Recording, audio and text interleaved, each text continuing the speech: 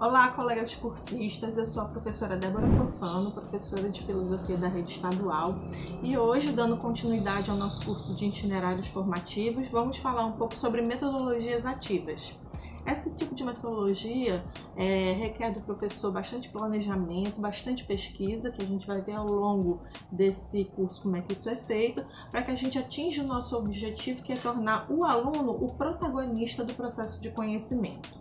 E a gente vai ouvir aí os professores da rede, o professor Ícaro, que é historiador, a professora Vanusa, que é geógrafa, a professora Sidnara, que é socióloga, e eu que também vou partilhar com vocês as experiências da filosofia. E com isso a gente não quer dar um modelo pronto, ou então dizer como os professores devem fazer suas metodologias, mas sim compartilhar as nossas experiências para que a gente possa ser criativo nesse processo de metodologia ativa, onde o aluno é o foco, ele que tem que ser o protagonista do seu conhecimento, ele que tem que ser o produtor desse conhecimento, mediado, claro, pelo professor. O professor como orientador das atividades que os alunos vão produzir, aonde essas atividades são meios para a resolução dos conflitos, a resolução de problemas e a solução de coisas práticas da vida cotidiana, certo? Então, a construção desse tipo de metodologia, ela atende os parâmetros da BNCC, ela atende às competências e habilidades que estão presentes e faz com que a gente tenha um tipo de conhecimento bastante vasto, capaz de modificar o dia a dia da sala de aula, onde agora os sujeitos do processo pedagógico somos tanto nós como os professores, mas principalmente os alunos como aqueles que são autônomos e capazes de pensar o seu dia a dia, suas práticas e inclusive se transformar através do conhecimento. Então, bom curso e até mais! Olá, cursistas, sou Sidnara Ximenes, professora de Sociologia da Rede Estadual de Ensino. Atualmente estou na função de superintendente na CRED-CI Sobral e o que eu trago para vocês hoje é um pouquinho da minha experiência no acompanhamento às escolas e aos projetos que são feitos na escola e também um pouquinho da minha experiência de sala de aula. Pensar a sociologia e as metodologias ativas me remete a pensar o contexto da BNCC e um dos seus principais objetivos, que é formar cidadãos para o século XXI. E nessa perspectiva da sociologia contemporânea, ela traz três princípios fundamentais das ciências sociais no ensino médio, que é o trabalho, a cidadania e a cultura. E aí, meu modelo mental vem competência, habilidades, conteúdo e aluno, né? Sociologia, pensando categoricamente, sociologia e metodologias ativas, esses quatro conceitos para mim, eles têm que se relacionar. E aí, como eu vou relacionar? Se a gente for pensar no ensino por competência, a gente já vem fazendo isso dentro das nossas escolas. Quando a gente prepara os meninos para o Exame Nacional do Ensino Médio, o Enem, a gente prepara os meninos por área do conhecimento. E aí, quando a gente pensa também em todos os projetos que a escola desenvolve, a gente tem a sociologia presente, né? E eu trago para vocês um texto, alguns exemplos de experiências das escolas, né? De projetos que os professores fazem e de um projeto que é articulado a outra área, né? Que é a área de linguagens. Gostaria de compartilhar com vocês duas experiências que eu acho que são bacanas para que a gente possa proporcionar ao aluno, que esse é o objetivo, sabe? Que eu entendo que seja por objetivo da sociologia, fornecer possibilidades do aluno construir sua identidade social. E aí, eu lembrei muito, né, sim, desses dois projetos, dessas duas escolas, que um deles, para além, né, da consciência negra, foi todo um projeto que teve a pesquisa como princípio, né, educativo, como proposta pedagógica, onde os professores da área organizaram, viram, né, alinharam o seu conteúdo sobre essa temática e trabalharam de forma interdisciplinar. Os meninos tiveram que fazer pesquisa, como eu já disse antes, os meninos tiveram que identificar em músicas alguns preconceitos que vêm sofrendo, né, desde a história de quando os negros chegaram ao Brasil até os preconceitos que a gente tem ainda hoje. E em outra escola foi a articulação com a outra área do conhecimento, né? E aí tem a literatura e tem a proposta de redação. Nessa escola, a professora conseguiu fazer mini curso com os meninos no contraturno. Não foram todos, ela apresentou a proposta e eles se interessaram, se inscreveram, e ao longo do ano ela veio trabalhando, né, conteúdos de atualidades que aí forneceram para os meninos, né, essa construção de senso crítico e deles se perceberem como atores desse processo. Que eu acho que é isso que a gente tem de contribuição maior, né?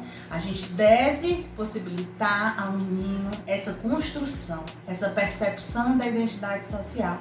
Só assim ele vai ser capaz de se reconhecer no processo, reconhecer a importância que a escola tem para esse momento de formação dele, e aí depois que ele sai, ele consiga ser cidadão realmente, né, crítico, reflexivo e que seja capaz de transformar, inclusive, sua realidade. Caros cursistas, meu nome é Ícaro Amorim Martins, eu sou professor de História e mestre em ensino de História. Estou aqui para falar um pouco sobre metodologias ativas no ensino de História. As metodologias ativas são práticas muito propícias para que a gente, professor de História, consiga ter mais êxito nos processos de construção do conhecimento histórico escolar.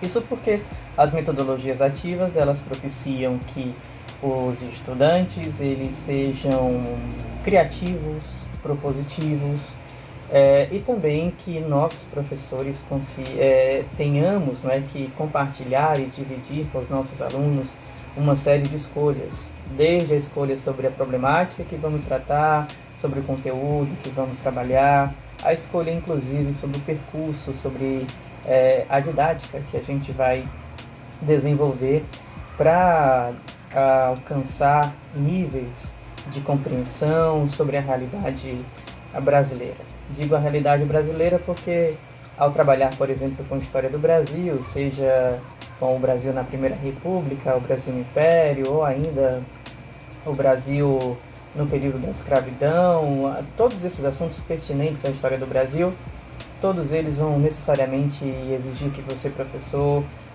permita que o seu estudante fale sobre o Brasil que ele vive agora. Então, logo de cara, logo no início da primeira aula, em qualquer situação sobre a história do Brasil, a gente sempre precisa partir do tempo presente. Partir da realidade imediata dos estudantes, da concretude da existência dos seus estudantes, para que a gente consiga perceber que o Brasil de hoje ele é resultado direto e consequência direta de longos processos históricos, né? Ou seja, de um longo período. Daí a gente já quebra um entendimento extremamente equivocado de que a história é uma ciência do passado, que se atém ao passado e só quer saber de passado.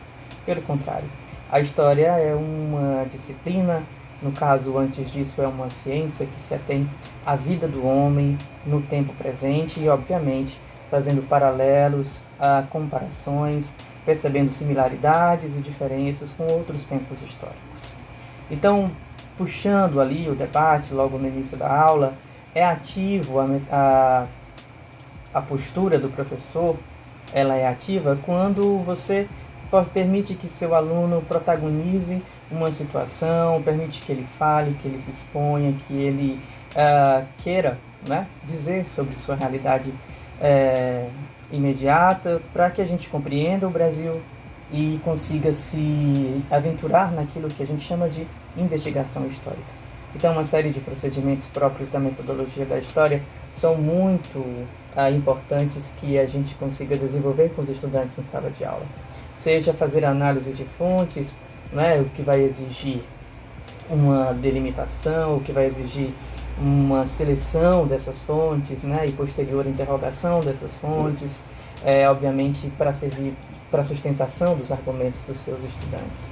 Então, trazendo à tona essa história do Brasil, trazendo à tona os conteúdos referentes à história do Brasil, a gente precisa desenvolver e puxar deles, né? Assim, provocar esses estudantes a demonstrar se eles estão aprendendo ou não, o quanto estão aprendendo. Na realidade, eles sempre estão aprendendo, né? mas o quanto estão aprendendo e, o mais importante, de que maneira, né, eles estão sendo alcançados e atingidos pelas suas aulas, pelos vídeos que você passa, pelas palestras que você faz, né, ou pelos objetos materiais que você traz para a sala de aula, pelos depoimentos que você apresenta aos seus estudantes. Então, como é uma via de mão dupla, né, como utilizar-se das metodologias ativas exige uma relação recíproca entre professor e aluno, o estudante vai precisar notadamente ter a condição e a oportunidade de falar, de estar em cena, de propor, de criar. Criar esquetes teatrais, criar textos, desenhos, não é? Assim, realizar exposições e tantas outras coisas. Uma demonstração, né? Assim, uma criação de um dos meus alunos, quando a gente estava trabalhando sobre a história do Brasil, mais especificamente sobre a história do Brasil dos dias atuais, né? Nessa concepção e nessa perspectiva dos movimentos negros e da questão do orgulho étnico-racial, propus aos estudantes que por desenho, transmitissem uma ideia de orgulho, né?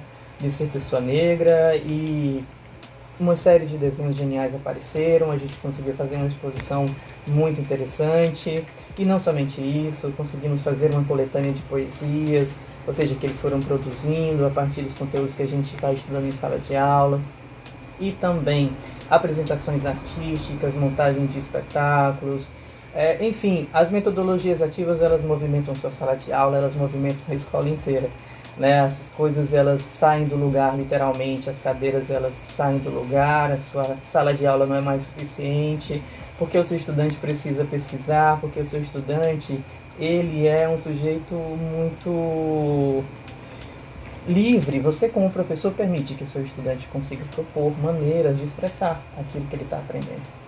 Eu acho isso genial, extremamente interessante e muito, muito, muito condizente com a proposta de ensino de história, que quer formar um cidadão crítico, um cidadão que consiga exercer a cidadania e um cidadão também que consiga se perceber como capaz de transformar a sua realidade.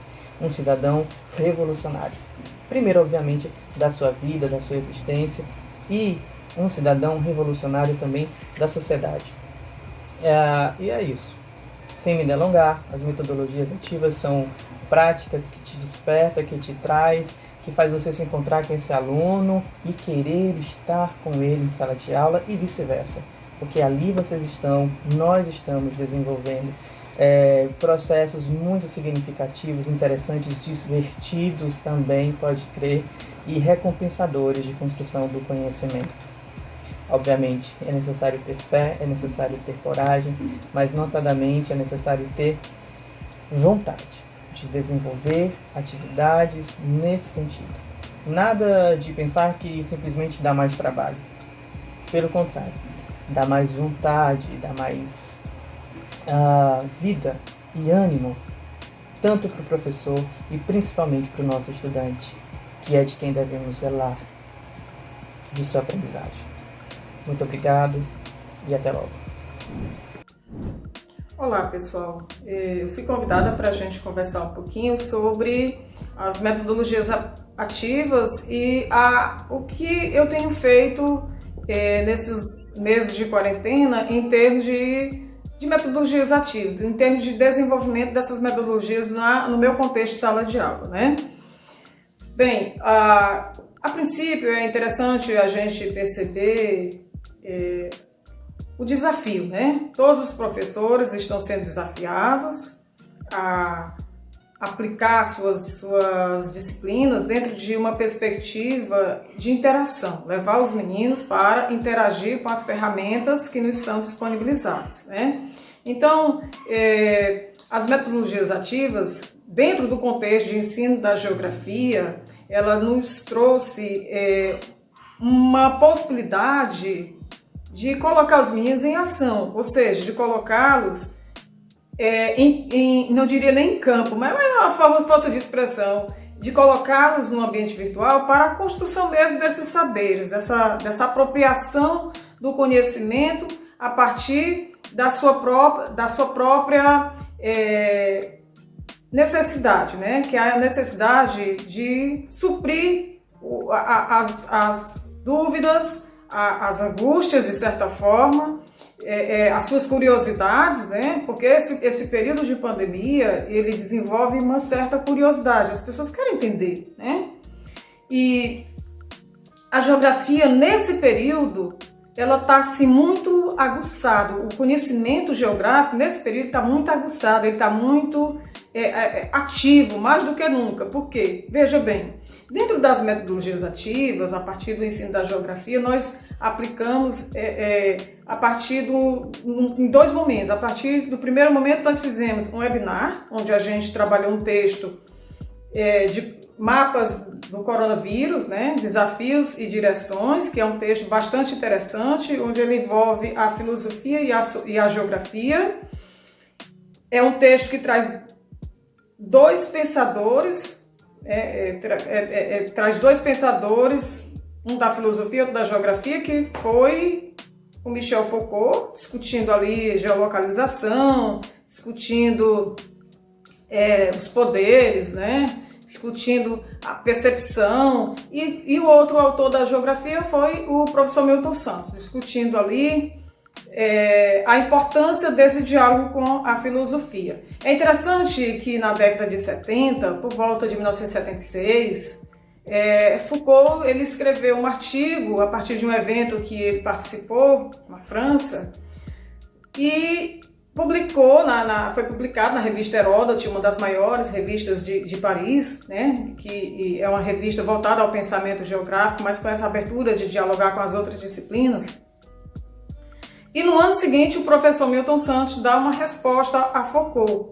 Foucault ele instigou a possibilidade de uma outra percepção da geografia a partir da área da saúde, né? Então o professor Milton Santos dá uma resposta para ele no ano seguinte e cria aí uma outra vertente dentro da geografia, que é a geografia da saúde, né? A gente sabe que há uma complexidade nas ciências, nenhuma área do conhecimento ela consegue abarcar toda a complexidade que nós vamos encontrar no planeta, né? E a geografia da saúde, ela vai trazer uma série de questões para serem pensadas e aplicadas, né? Então, assim, num período de pandemia, esse período que o mundo passa, né, do Covid-19, ele trouxe muito a geografia para o seio da questão, né? Que é a cartografia digital colaborativa, aí com as ferramentas digitais, o SIG, o GPS, o geoprocessamento, né? As imagens processadas, né? Digitalizadas, para que a gente possa fazer uma leitura do avanço dessa pandemia pelo mundo. E a partir dessa questão em que o mundo passa, eu propus para os meninos esse diálogo, né? Eu ministro a disciplina de geografia e complemento com a filosofia. Me deram essa missão bem árdua, né? Eu trabalho atualmente na escola de tempo integral, professor prefeito José Ulisses Ferreira Gomes Júnior, né, aqui na sede de Sobral. E está sendo muito bacana a experiência desse diálogo entre essas 2 disciplinas. E no primeiro momento, né, logo que a gente entrou de quarentena, eu propus aos meninos um webinar, o websed, né, em que os meninos pudessem construir uma percepção em torno dessa cartografia, né, em torno desse mapeamento cartográfico da pandemia do Covid-19, né, quais os desafios e as direções que o mundo, que as pessoas tem que seguir, né? Digamos assim. E foi lançado o texto da cartografia e os meninos passaram a fazer uma leitura desse texto, pegaram também outras fontes, né? Agregando a leitura a esse texto, e a gente começou a discutir a partir da videoconferência a proposta em si, né? A gente fez em 2 momentos, e no primeiro momento é interessante a gente perceber como a gente convive com esses conceitos, como a gente convive com esses saberes e não tem a percepção de que nós já vivemos com ele. Nós nos apropriamos e só vamos dar por conta quando a gente compreende a partir de uma análise mais apurada. Então, assim, é interessante que os meninos colocaram um exemplo aqui que acontece na nossa cidade, que é os mapas que a Prefeitura Municipal de Sobral fornece para os veículos de comunicação local e os gráficos, fornecendo informações do tipo por bairros da cidade, o mapa da sede, quais são os bairros que nós vamos encontrar maior incidência de casos, os menores, aqueles bairros que ainda não apresentam nenhum caso do Covid. E há também um outro mapa para o município, para os distritos, né, incluindo ele, a sede. Então, assim, são 2 mapas, um da sede e um do município. Fora os gráficos, né, as tabelas, fornecendo informação em torno da pandemia do Covid. Então, assim, é um veículo que se enquadra dentro da proposta do texto trabalhado, do tema norteador, que é a cartografia do Covid, né? E, ao mesmo tempo, ele nos traz uma comunicação colaborativa, que é muito importante, é necessária nesse período de pandemia, né?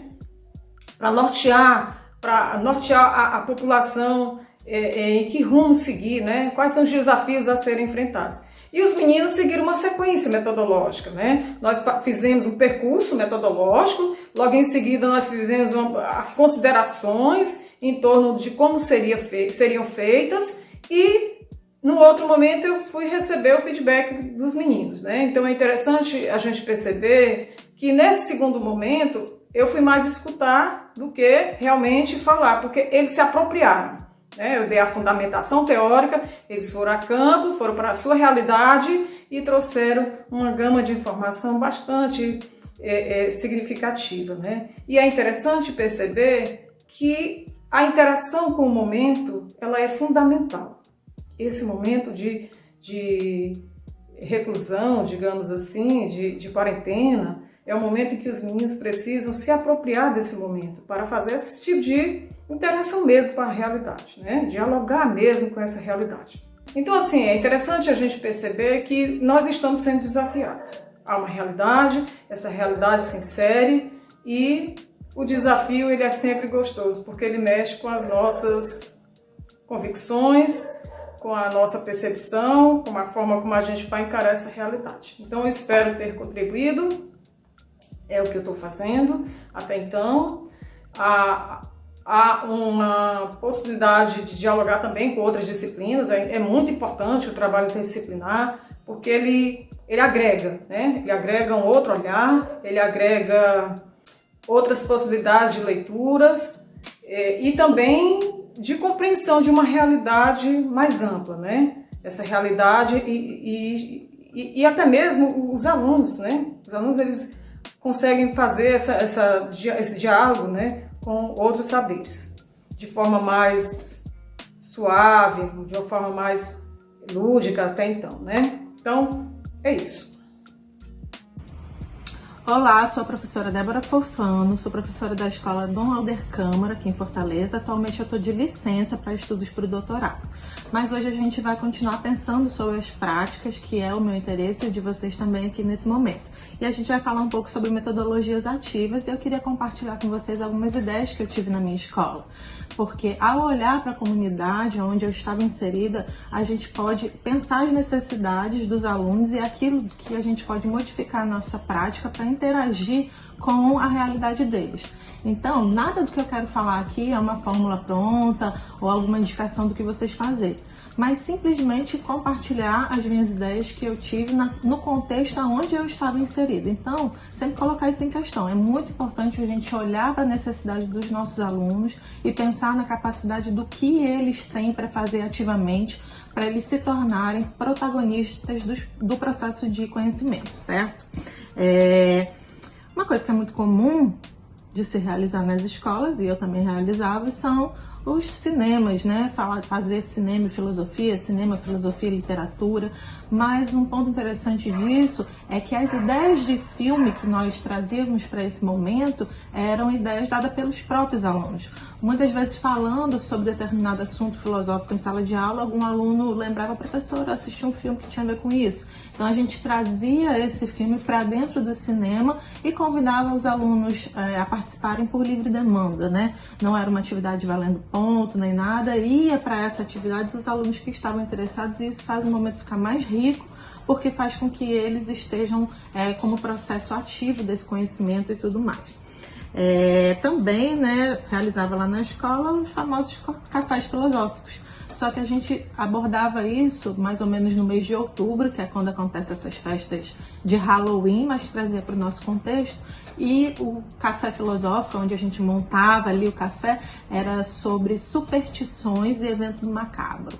Então os alunos iam fantasiados, faziam toda aquela festa que eles gostam e compartilhavam as superstições e a coisa que eles conheciam de lendas, de mitos, de histórias assustadoras da própria comunidade deles. Então era muito legal, porque a gente pensava essas superstições, de onde elas vieram, como elas surgiram, e tentava racionalizar esse processo para saber por que isso acontecia.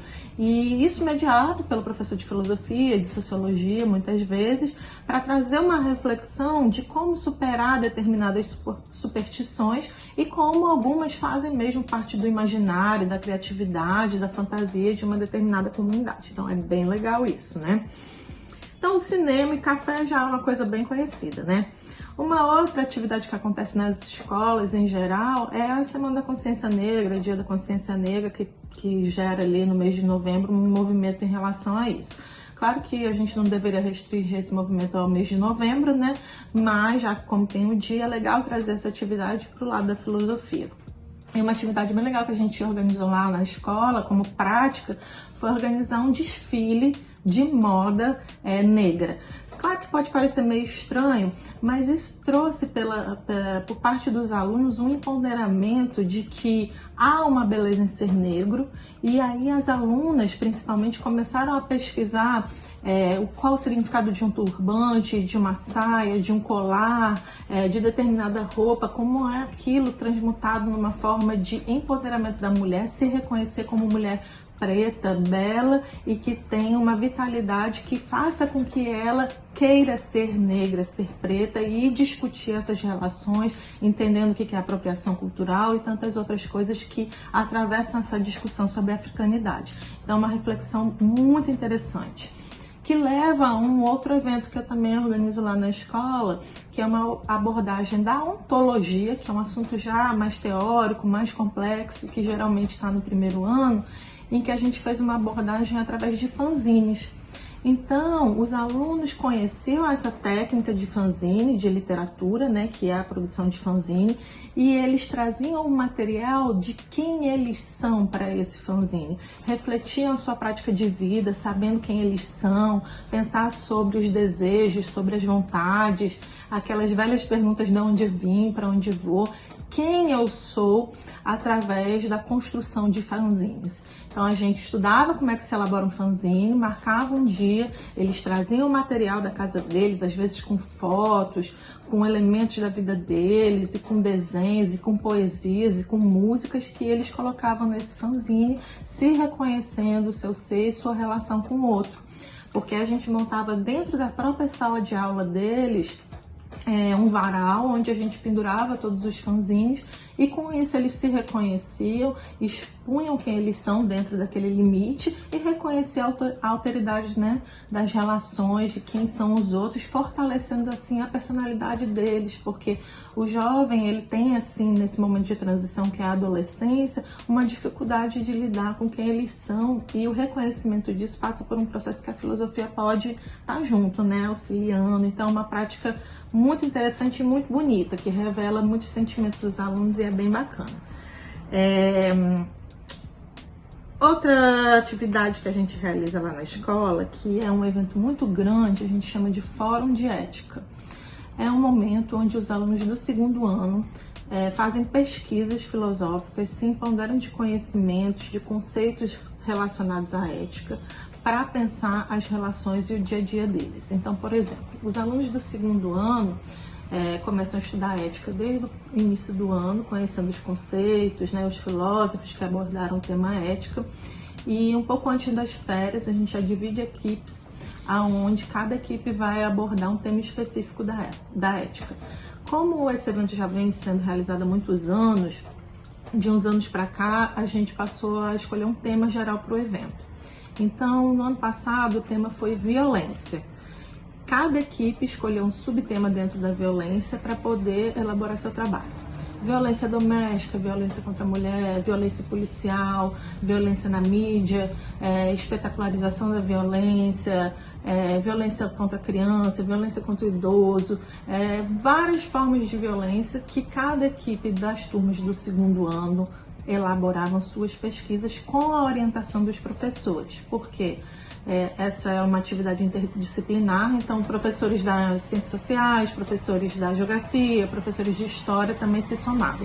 E também a gente lá na escola tinha o PIBID funcionando nesse apoio, então muitos alunos da universidade davam apoio na realização desse evento, que era um evento muito grande.